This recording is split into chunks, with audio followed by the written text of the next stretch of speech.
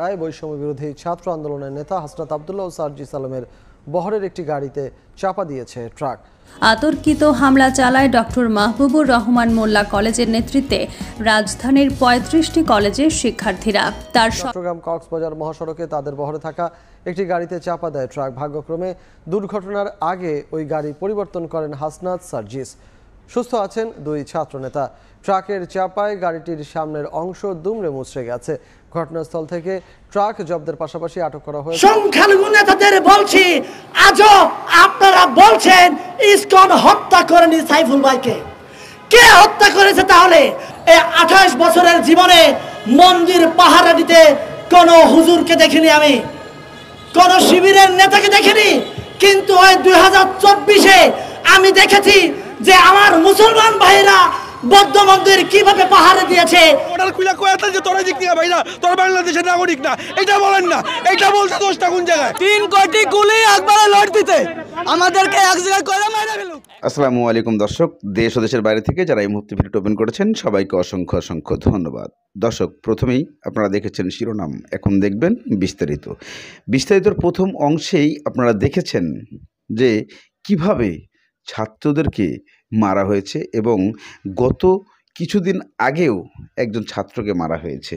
এদিকে সেই আইনজীবী সাইফুল ইসলামের মাটি দিতে গিয়ে জানাজার নামাজ শেষ করে মাটি দিয়ে ফেরার পথে সার্জিস আলম ও হাসনাতের গাড়িতে ধাক্কা দিয়ে ট্রাক চাপা দেয়। এই চাপা দিয়ে হাসনাত এবং সার্জিসকে মৃত্যুর মুখে ঠেলে দেওয়ার পরিকল্পনা করেছিলেন এই ইসকন বাহিনী। তবে সেই সিদ্ধি কখনোই পূরণ হয় নাই।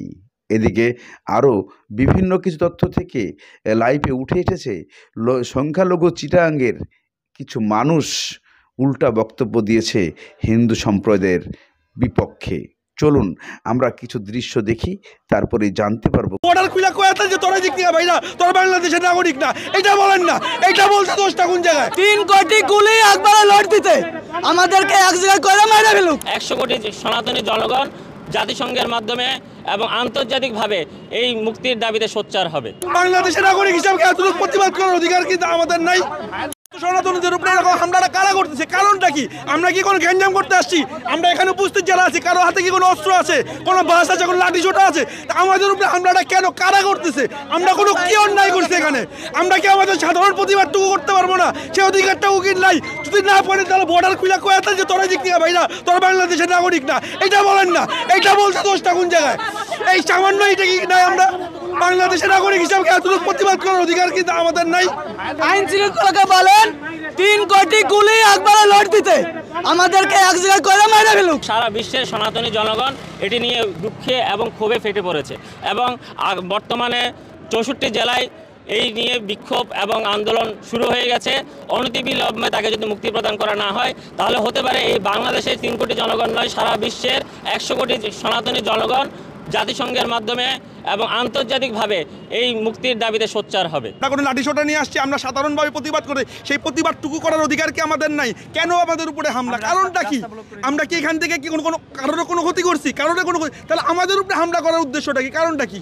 কি বুঝাইতে চায় এই প্রশাসন আমাদের, এই রাষ্ট্র আমাদের কি বুঝাইতে চায়? বাংলাদেশের সনাতনী জনগণ বৈষম্যহীন একটি বাংলাদেশ গড়ার জন্য যে আজকের যে সরকার, সেই সরকারের যে লক্ষ্য ছিল বৈষম্যহীন বাংলাদেশ গড়ার, মার্কিন যুক্তরাষ্ট্রের নির্বাচিত প্রেসিডেন্ট তিনি কিভাবে বাংলাদেশের সনাতনী জনগণের উপর নির্যাতন, শুধু সনাতনী জনগণ না, বাংলাদেশের হিন্দু, খ্রিস্টান, বৌদ্ধ এবং সমতলে যারা পাহাড়ে যারা রয়েছে তাদের উপরে যে নির্যাতন হয়েছে তার রিপোর্ট তার কাছে রয়েছে এবং তার প্রেক্ষিতে তিনি এই বাংলাদেশের সনাতনীদের নির্যাতনের উপরে বিভিন্নবার তিনি টুইট করেছেন এবং আন্তর্জাতিক মহলে বাংলাদেশের সনাতনীদের উপরে শান্তি শৃঙ্খলা বজায় রাখতে তিনি আহ্বান জানিয়েছেন। তাহলে এদের ভালো হবে, বুঝছেন? এইভাবে প্রতিদিন না মরা চাইতে একবারে মরে যাওয়া ভালো। এরা যা শুরু করছে এর চাইতে না বেঁচে থাকাই ভালো, নাহলে বর্ডার খুলে দিক আমরা চলে যাই। এধার থেকে যেমন যাবো ওধার থেকে সেমন পাঠাবো।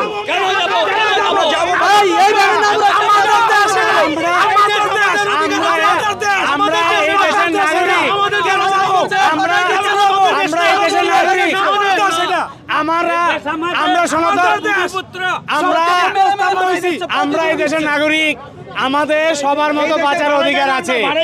আমরা পরিবর্তনকারী এই দেশে আছে, ওরাই দেশের ভাড়াটিয়া। এদের পূর্বপুরুষের নাম ছিল গোপালে, হন্ডা হয়েছে অমুক তমুক, ওরাই এই দেশের ভাড়াটিয়া, আমরা ভাড়াটা না।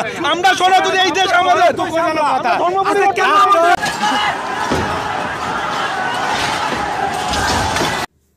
আবারও উত্তাল রাজধানী। সোহরাওয়ার্দী এবং কবি নজরুল কলেজের হাজার হাজার ছাত্রদের মধ্যে তুমুল সংঘর্ষ।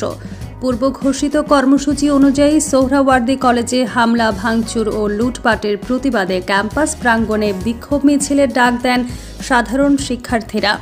রবিবার ঢাকা বিশ্ববিদ্যালয়ের অধিভুক্ত প্রথম বর্ষের ফাইনাল পরীক্ষা চলাকালীন সুপার সানডে ঘোষণা করে আতর্কিত হামলা চালায় ডক্টর মাহবুবুর রহমান মোল্লা কলেজের নেতৃত্বে রাজধানীর ৩৫টি কলেজের শিক্ষার্থীরা। তার সঠিক বিচার না হওয়াতে এবার ৭ কলেজের ছাত্ররা হামলা করেছে মাহবুবুর রহমান মোল্লা কলেজে।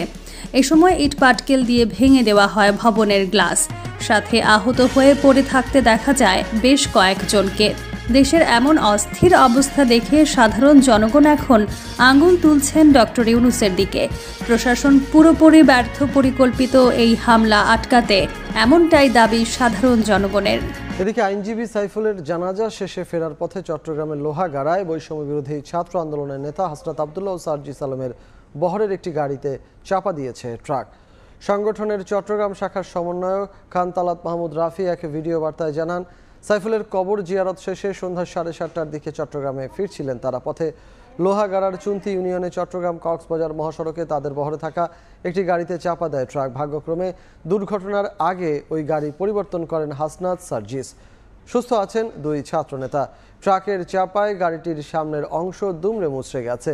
ঘটনাস্থল থেকে ট্রাক জব্দের পাশাপাশি আটক করা হয়েছে চালক মোহাম্মদ মুজিবুর রহমানকে। সৌভাগ্যবশত আমরা গাড়ি চেঞ্জ করে ফেলেছিলাম, যে হাসনাত ভাই, সার্জিস ভাই একটা গাড়িতে ছিল, আমি একটা গাড়িতে ছিলাম এবং আমার বন্ধুরা, আমার ভাইয়েরা অন্য আরেকটা গাড়িতে ছিল। তো আমরা একটু পিছিয়ে আসতেছিলাম, প্রায় 5-7 মিনিটের রাস্তা পিছিয়ে আসতেছিলাম, আর সামনে আমাদের ওই গাড়িটা ছিল। তো একটা ট্রাক এসে উদ্দেশ্য প্রণোদিতভাবেই আমাদের যেই গাড়িটা ছিল সেই গাড়িটাকে ট্রাক চাপা দেওয়া হয়। কিন্তু ওখানে যারা ছিল, যখন ট্রাকটা আসতেছে দেখেছে তখনই গাড়িটাকে ব্রেক করা হয়। কিন্তু গাড়িটাকে ব্রেক করা সত্ত্বেও আবার সেখানে এই ট্রাক চাপা দেওয়া হয়। হাসনাত সার্জিসের বহরের একটি গাড়িতে ট্রাক চাপা দেওয়ার ঘটনার প্রতিবাদে ঢাকা বিশ্ববিদ্যালয় এলাকায় বিক্ষোভের ডাক দিয়েছে বৈষম্য বিরোধী ছাত্র আন্দোলন। এই মুহূর্তে সেখানে আছেন আমাদের সহকর্মী রাইদুল ইসলাম শুভ। সরাসরি চলে যাব তার কাছে। শুভ, গতকাল চট্টগ্রাম আদালত প্রাঙ্গণে সংঘর্ষের ঘটনায় যে আইনজীবী নিহত হয়েছিলেন, আজকে তারই কবর জিয়ারত করতে গিয়েছিলেন বৈষম্য বিরোধী ছাত্র আন্দোলনের অন্যতম সমন্বয়ক হাসনাত আবদুল্লাহ এবং সার্জিস আলম। এবং তার কবর জিয়ারত শেষে ফেরার পথে ঢাকা চট্টগ্রাম মহাসড়কে যেই চুন্তি ইউনিয়নের হাজি রাস্তার মোড়ে আসলে তাদের যে প্রাইভেট কারটি ছিল সেটি দুর্ঘটনার কবলে পড়ে। আমরা যেমনটি জানতে পেরেছি যে একটি ট্রাক তাদেরকে আসলে চাপা দেওয়ার চেষ্টা করে, এবং তারই প্রতিবাদে এই মুহূর্তে ঢাকা বিশ্ববিদ্যালয় সহ আশেপাশে যে সকল শিক্ষার্থীরা আছেন তারা কিন্তু এই ঢাকা বিশ্ববিদ্যালয় টিএসসি প্রাঙ্গণে জড়ো হয়েছেন রাজু ভাস্কর্যতে। এবং একে একে করে আমরা দেখতে পেয়েছি যে বিভিন্ন হল থেকে, বিভিন্ন ঢাকা ভার্সিটির বাইরে থেকেও কিন্তু অনেক শিক্ষার্থীরা এসেছেন, যে তাদের গাড়িকে এভাবে হত্যা চেষ্টা করার চেষ্টায় তারা এই প্রতিবাদটি আসলে মূলত জানাচ্ছেন। আমরা যেমনটা জানি যে আজকে যে বিষয়টি নিয়ে তারা একত্রিত হয়েছেন, বারবার করে স্লোগান দিচ্ছেন যে এই যে পুরো ঘটনা পরশুদিন থেকে সার্জিস আলম ও হাসনাত আবদুল্লাহকে মেরে ফেলার ষড়যন্ত্রে শেখ হাসিনার হাত আছে, এখানে এমনই বক্তব্য উঠে এসেছে। কেননা যে বর্তমানে বাংলাদেশে এরাই সব কিছু নিয়ন্ত্রণ করছে, তাই এরা দুইজনকে মেরে ফেলতে পারলে, পরপারে পাঠাতে পারলে শেখ হাসিনা আবারও বাংলাদেশে ঢুকতে পারবে, এমন কিছু মন্তব্য তুলে ধরা হয়েছে।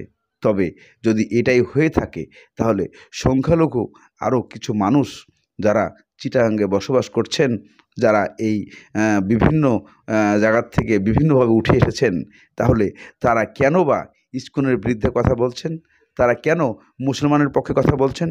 তাহলে কি এই ইসকন যা ঘটিয়েছিল এই সব কিছুই বানোয়াট ছিল এবং শেখ হাসিনার সাথে এই সব মিলে ষড়যন্ত্র করে দেশকে ধ্বংসের দিকে ঠেলে দিতেই ইন্ডিয়ার পক্ষে হয়ে কাজ করছিলেন এই চিন্ময় যে বর্তমানে গ্রেপ্তার হয়েছেন? সংখ্যালঘু নেতাদের বলছি, আজও আপনারা বলছেন ইসকন হত্যা করেনি সাইফুল ভাইকে। কে হত্যা করেছে তাহলে? এই 28 বছরের জীবনে মন্দির পাহারা দিতে কোন হুজুরকে দেখিনি, আমি কোন শিবিরের নেতাকে দেখিনি, কিন্তু ওই 2024-এ আমি দেখেছি যে আমার মুসলমান ভাইরা বৌদ্ধ মন্দির কিভাবে পাহারা দিয়েছে, হিন্দু মন্দির কিভাবে পাহারা দিয়েছে, আমি এটা দেখেছি। এটা কি আমাদের বাংলাদেশের জন্য, সম্প্রীতির বাংলাদেশ বলার জন্য কি যথেষ্ট নয় কিনা? আপনাদের কাছে জিজ্ঞাসা। আমি একজন সংখ্যালঘু, ফ্যাসিস্ট হাসিনার দেওয়া উপজাতি আমি, কিন্তু আমি উপজাতি নয়, আমি বাংলাদেশি। আজকে বাংলাদেশে আমরা 6000 আছি, আগামীতে এই 6000ও বাংলাদেশে থাকবো না যদি এই আমরা সেই মোদির ইশারায়, ইসকনের ইশারায় আমরা তাদের কথা মতো চলি।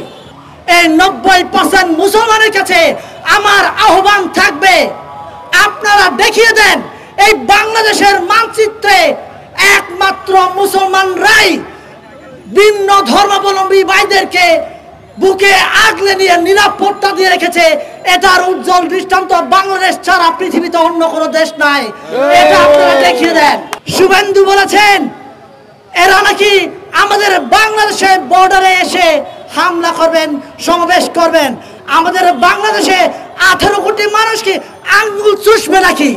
আমরা শুভেন্দুকে হুঁশিয়ারি দিয়ে বলছি, আমরা এখনো মরে যাইনি, আমরা বেঁচে আছি, আমরা বেঁচে আছি। বাংলাদেশের দিকে চোখ তুলে তাকাবা, ওই চোখ আমরা উপড়ে ফেলবো। মাথায় দিয়ে যাওয়া শব্দ সংখ্যালঘু। এই সংখ্যালঘু নেতারা দাবি করেন বাংলাদেশে হিন্দু 37% ছিল, এখন হয়েছে 8%, বৌদ্ধ এত পার্সেন্ট ছিল, এত পার্সেন্ট, বা আমার পাহাড়ে এত পার্সেন্ট ছিল, এত পার্সেন্ট কমে গেছে। আমি সাবধান করতে চাচ্ছি, এই সংখ্যালঘু নেতাদের কথা যদি আপনারা শুনেন, আমার সংখ্যালঘু ভাইদেরকে আমি বলছি, আপনারা যদি তাদের উস্কানিতে পা দেন, তাহলে এখন তো 8% আছি, আগামীতে এটা শূন্যর কোথায় নেমে আসবে। শূন্যের কোথায় নামিয়ে আনার জন্য ভারত আমাদেরকে ব্যবহার করছে।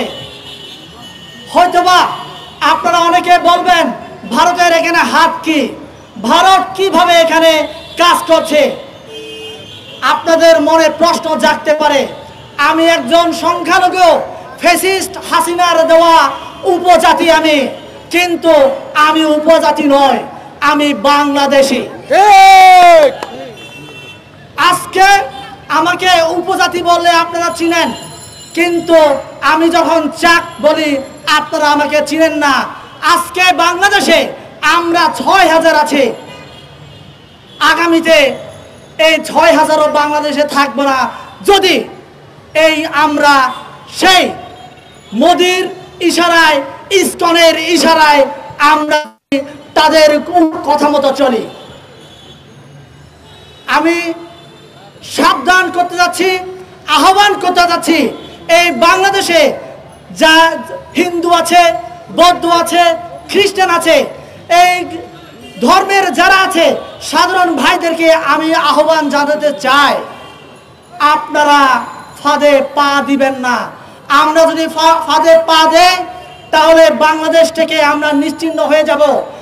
আপনারা দেখেছেন কিনা এই 2024-এর বিপ্লবের সরকারের সময় আমার জন্ম হয়েছে আজকে 28 বছর। এই 28 বছরের জীবনে মন্দির পাহারা দিতে কোনো হুজুরকে দেখিনি আমি, কোন শিবিরের নেতাকে দেখিনি, কিন্তু ওই 2024-এ আমি দেখেছি যে আমার মুসলমান ভাইরা বৌদ্ধ মন্দির কিভাবে পাহারা দিয়েছে, মন্দির কিভাবে হিন্দু মন্দির কিভাবে পাহারা দিয়েছে, আমি এটা দেখেছি। এটা কি আমাদের বাংলাদেশের জন্য, সম্প্রীতির বাংলাদেশ বলার জন্য কি যথেষ্ট নয় কিনা আপনাদের কাছে জিজ্ঞাসা।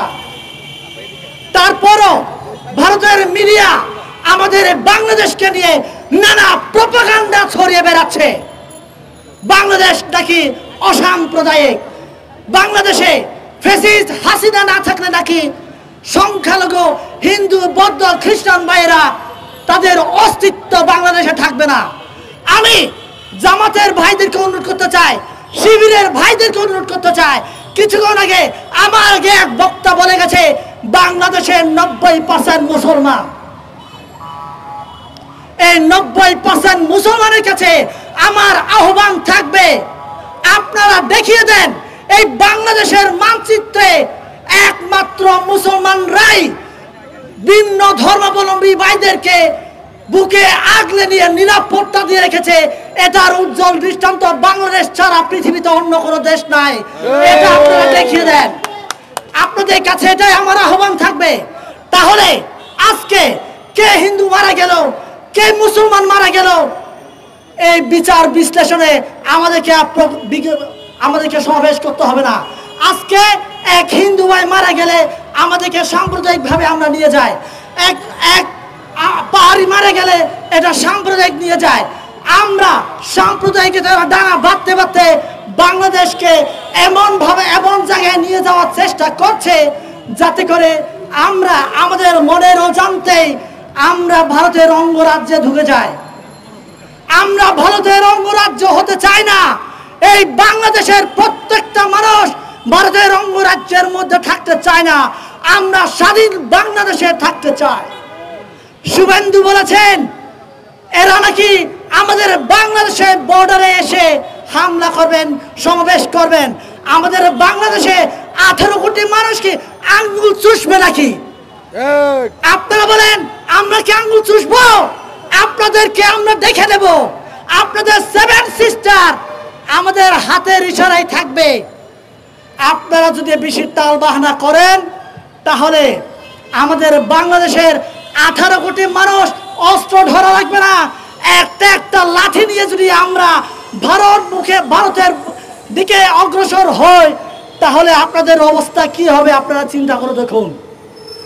7 সিস্টারের ভাইদেরকে অনুরোধ করছি, তা আপনারা মোদির পা আর চাটবেন না। মোদির পা চাটবেন তাহলে আপনারা সুখে থাকবেন না। সুখে থাকতে চাইলে আপনারা বাংলাদেশের পাশে এসে দাঁড়ান, বাংলাদেশের নাগরিকের পাশে এসে দাঁড়ান। তাহলে আপনাদের জিডিপি থেকে শুরু করে সামাজিক, অর্থনৈতিক, রাজনৈতিক প্রত্যেকটা জায়গায় আপনাদের মুক্তি মিলবে। অন্যথায় আপনাদের মুক্তি নাই। মুক্তি চাইলে আমাদের বাংলাদেশের পাশে দাঁড়ান। আমরা শুভেন্দুকে হুঁশিয়ারি দিয়ে বলছি, আমরা এখনো মরে যাইনি, আমরা বেঁচে আছি, আমরা বেঁচে আছি। বাংলাদেশের দিকে চোখ তুলে তাকাবা, ওই চোখ আমরা উপড়ে ফেলবো, আমরা উপড়ে ফেলবো। মোদির ইশারায় চলিও না ভাই। আমার বাংলাদেশে সংখ্যালঘু নেতাদের বলছি, আজও আপনারা বলছেন ইসকন হত্যা করেনি সাইফুল ভাইকে। কে হত্যা করেছে তাহলে? আমার বাংলাদেশে মিডিয়া ভাইরাও বলছে, অনেক মিডিয়াতে আমি দেখতে পাচ্ছি সাইফুল ইসলাম ভাইকে নাকি ইসকন হত্যা করেনি। কে হত্যা করেছে তাহলে? আপনারা বলেন কে হত্যা করেছে? স্পষ্টভাবে আপনারা মিডিয়ায় বলবেন, লেখালেখি করবেন, সাইফুল ইসলামকে হত্যা করেছে ভারতের মোদির ইশারায় ইসকন হত্যা করেছে। এটা আপনারা স্পষ্টভাবে লিখবেন, কোনো টাল বাহানা করে কোনো হেডিং দিয়ে আপনারা লেখালেখি করবেন না। আপনাদের কাছে অনুরোধ থাকবে এটাই। ধন্যবাদ।